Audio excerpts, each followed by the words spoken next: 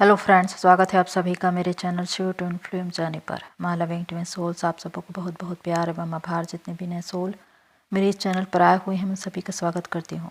प्रियो, यदि आप इस संदेश से जुड़ पा रहे हैं तो आप एक चोजन वन हैं, आप एक चुने हुए पात्र हैं, आप एक twin flames star seed light worker हो सकते हैं। डिवाइन का संदेश आज आपके लिए क्या है?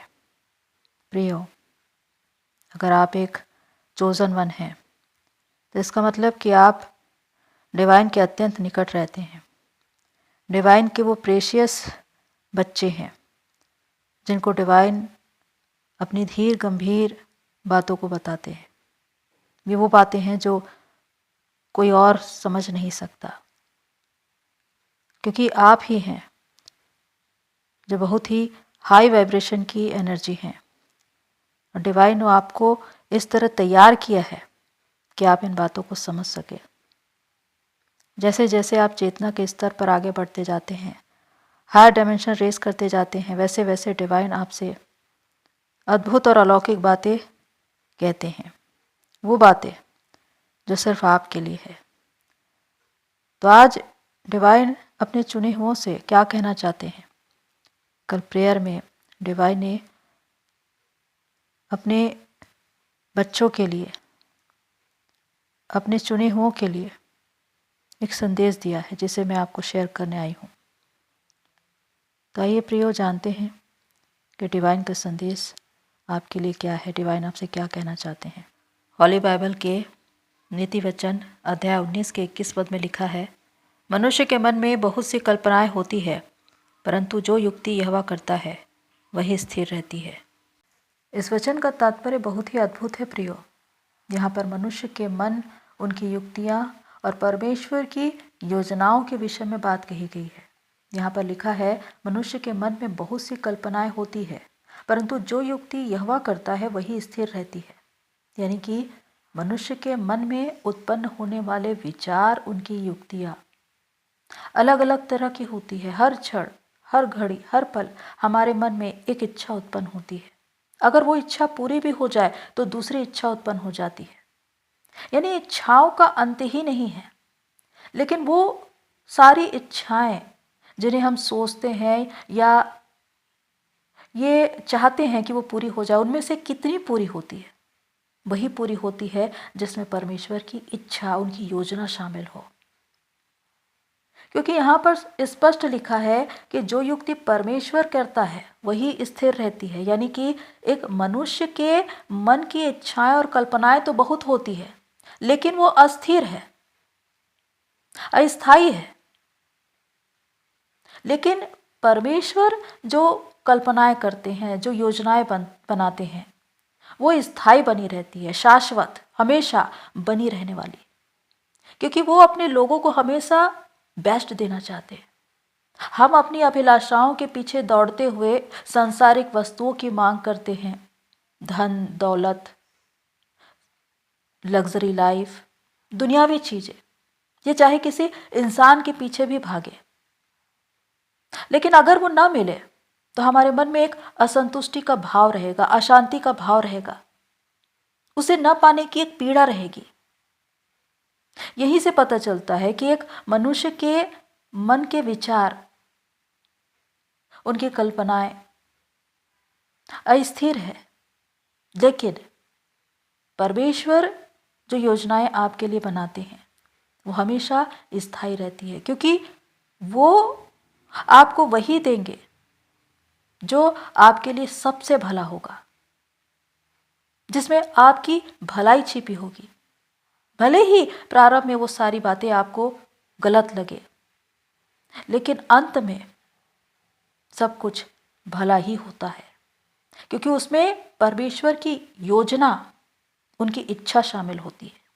तो प्रियो, इसीलिए कहा जाता है कि एक मनुष्य और परमेश्वर के विचारों में बहुत अंतर है। यानी कि जमीन और आसमान। हमारे विचार जमीनी होते हैं और उनकी कल्पनाएं, डिवाइन के युक्तियां, उनके योजनाएं आसमानी होते हैं। हम जमीनी चीजों के पीछे भागते हैं और चाहे वो हमें मिल भी जाए फिर भी असंतुष्ट ही रहते हैं, क्योंकि अभिलाषाएं खत्म नहीं होती। एक चीज मिलने के बाद हम दूसरी वस्तुओं के पीछे दौड़ते रहते हैं, लेकिन डिवाइन यही कहते हैं कि सांसारिक नहीं बल्कि आत्मिक वस्तुओं को मांगो। और ये आत्मिक वस्तुएं हैं क्या? प्रेम, ज्ञान, बुद्धि, विवेक, सेवा, दीनता, नम्रता।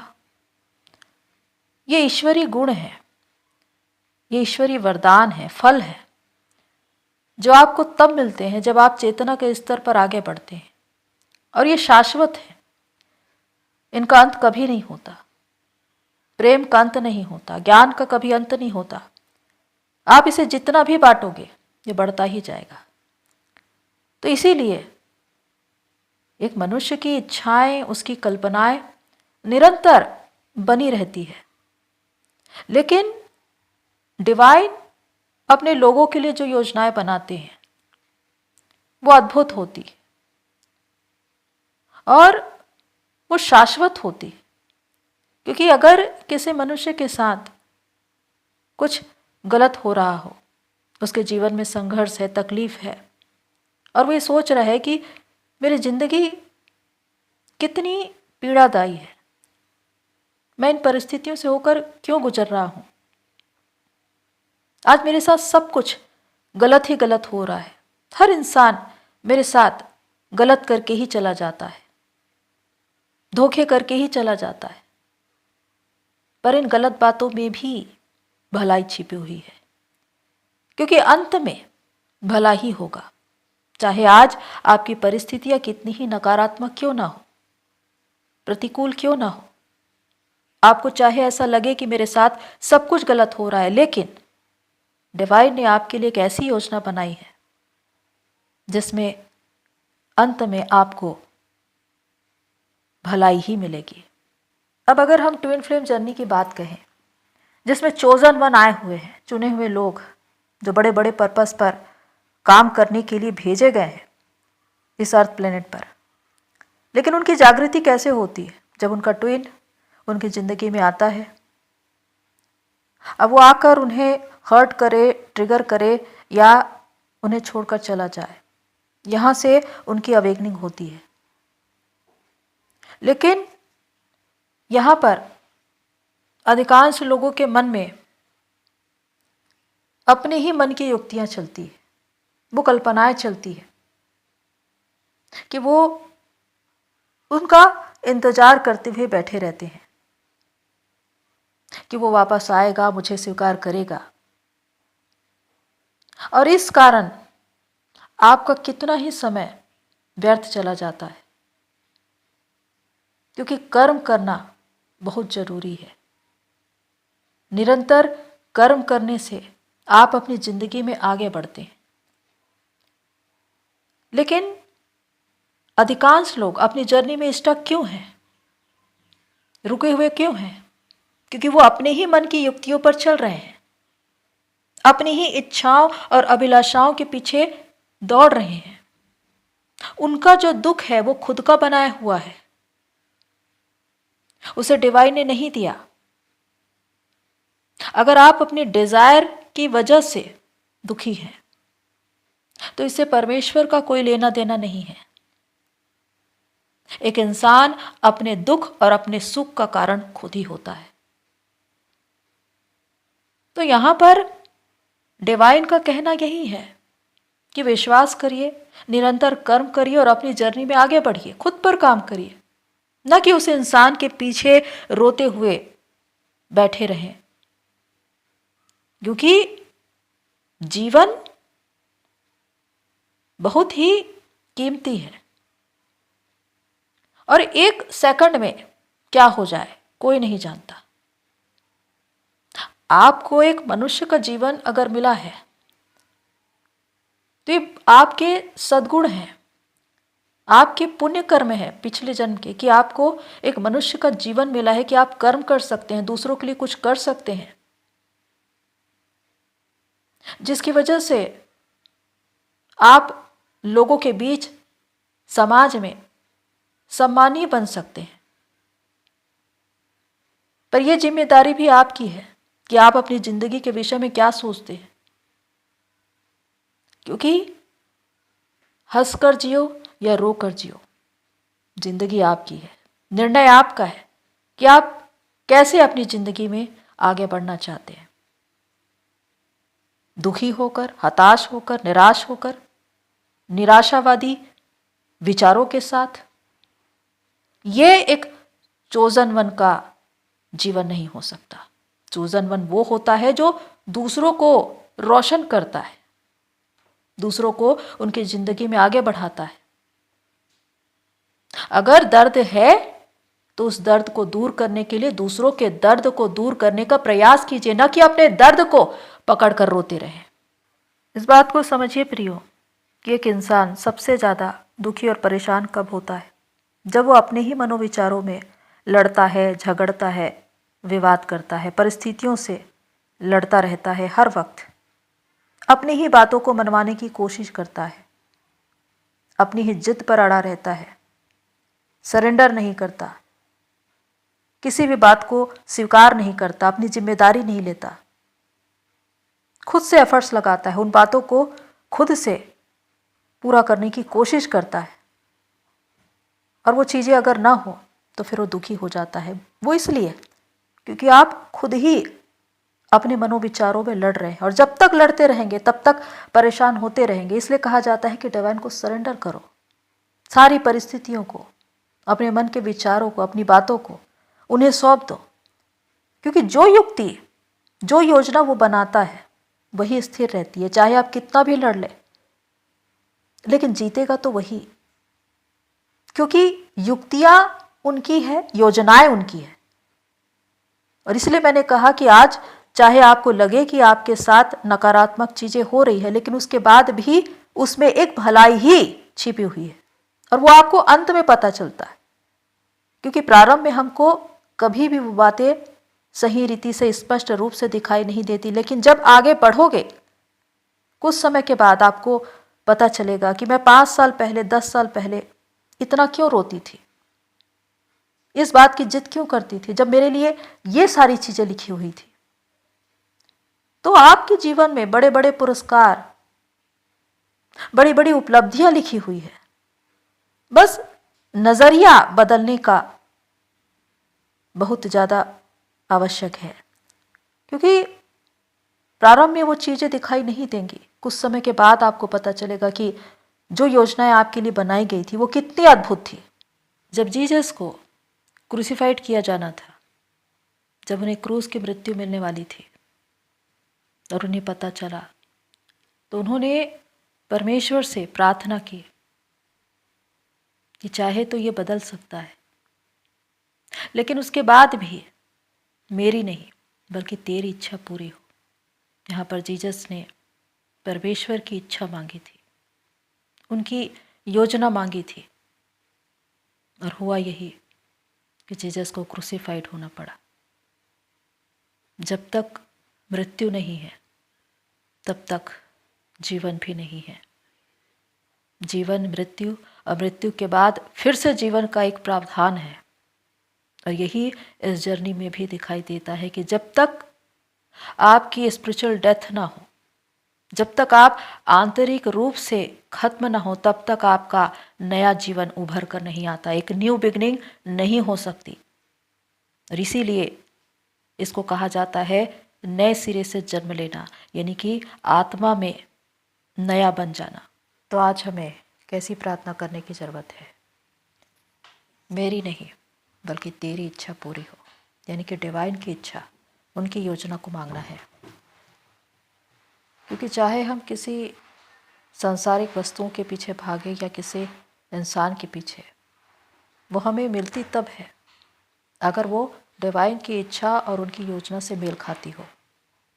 अगर हमारी मांगी हुई चीज़ें हमारी ही युक्तियों का परिणाम है, हमारी ही अभिलाषाएं हैं, तो वो युक्ति स्थिर नहीं रहती। क्योंकि यहाँ पर स्पष्ट लिखा है कि जो युक्तियाँ परमेश्वर करता है वही स्थायी रहती है। यानी कि जो कुछ परमेश्वर आपके लिए योजना बनाकर रखे हुए हैं, जो आपके लिए चाहते हैं, जो आपके लिए सबसे बेस्ट है, वही पूरी होंगी। इसीलिए अपने मन की युक्तियों में लड़ना, विवाद करना छोड़ दीजिए, खुद से एफर्ट्स लगाना छोड़ दीजिए। डिवाइन को सरेंडर करिए और उनकी इच्छा, उनकी योजना के अनुसार चलिए, उसे अपने जीवन में मांगिए। तब जाकर आप अपनी जर्नी में आगे बढ़ेंगे, क्योंकि हर एक चोजन वन एक बड़े पर्पस के लिए आया है। और अगर वो ये प्रार्थना करता है कि मुझे मेरे जीवन के उद्देश्य से मिलाओ, मुझे मेरे पर्पस को दो, तो ये प्रार्थना बहुत जल्द पूरी होगी। लेकिन इस जर्नी में अधिकांश लोग सिर्फ अपने ट्विन को मांगते हैं और उसी इंतजार में बैठे रहते हैं, परेशान और दुखी होते हुए। लेकिन अगर इसके विपरीत वो अपने जीवन के उद्देश्य को मांगे, तो वो बहुत जल्द अपने जीवन के उद्देश्य से जुड़ेंगे। और आपको मालूम है कि आपके जीवन का उद्देश्य, आपका पर्पस, उसी से आपका ट्विन जुड़ा हुआ है। अगर आपने अपने जीवन के उद्देश्य को पा लिया, तो समझ जाइए कि आपने अपने ट्विन को भी पा लिया। तो प्रियो, अंत में मैं यही कहना चाहती हूँ कि जब हम इस जर्नी के प्रारंभिक अवस्था में होते हैं, तो सिर्फ अपने ट्विन को मांगते हैं, बिना ये जाने कि हमारा ट्विन हमारे जीवन के उद्देश्य से जुड़ा हुआ है। और अगर हम परमेश्वर की इच्छा, उनकी योजना के अनुसार अपने जीवन के उद्देश्य को मांगते हैं, तो उसके साथ हमारा ट्विन भी हमारे जीवन में प्रवेश करता है। लेकिन उस वक्त हम इन बातों को नहीं जान पाते, इसीलिए अपने ही मन की इच्छाओं पर चलते हैं और 3D मानसिकता में जीते हुए उन्हीं चीज़ों के पीछे भागते रहते हैं। और सबसे बड़ी बात यह है कि जो आपको मिला हुआ है उसे क्यों मांगना। आपका ट्विन हमेशा से आपका था, है और रहेगा। वो 5D में हमेशा आपसे कनेक्ट रहता है। लेकिन हम 3D मानसिकता में जीते हैं, इसलिए उसकी मांग करते हैं या उसके पीछे दौड़ते हैं। लेकिन अगर हम 5D या उससे भी ऊपर की चेतना में पहुंच जाए, तो हमको पता चल जाता है कि हमारा ट्विन तो हमारे ही भीतर है, जो हमारे साथ है, जो हमारे लिए है, जो हमसे कनेक्ट है, जो हमको मिला हुआ है। उसके लिए हम सिर्फ धन्यवाद करें। यानी कि अगर आपको प्रार्थना भी करनी है, तो डिवाइन को सिर्फ धन्यवाद दीजिए कि आपने मुझे मेरे ट्विन को दे दिया, क्योंकि उनके साथ तो आपकी कॉस्मिक मैरिज हुई है। वो हमेशा हमेशा से आपके साथ है, वो आपसे अलग है ही नहीं। तो अगर इस तरह से आप प्रार्थना करते हैं, तो आपकी प्रार्थना सुनी जाती है। अगर आप अपने जीवन के उद्देश्य को मांगते हैं, उसे पाते हैं, तो उसके साथ अपने ट्विन के साथ मिलकर उस रियूनियन को भी पाते हैं। तो इन बातों को समझने की आवश्यकता है प्रियो, कि आप क्या प्रार्थना करते हैं। जो आपका है वो आपका ही रहेगा। इसीलिए डिवाइन की इच्छा, उनकी योजना के अनुसार चले, सरेंडर करें, तो आप ये देखेंगे कि डिवाइन पीस, डिवाइन की प्रेजेंस आपके अंदर है। कोई अशांति आपके जीवन में नहीं होगी, कोई दुख, कोई परेशानी आपको महसूस नहीं होगी। आप पूरी तरह से शांत रहेंगे, डिवाइन की उपस्थिति में मगन रहेंगे। तो प्रियो, होप सो ये सारी बातें आपको हेल्प करें। आज के लिए इतना ही, फिर मिलते हैं नेक्स्ट वीडियो में। तब तक के लिए take care and God bless you all. मेरी सोल फैमिली, आप सभी की जर्नी पूरी होए।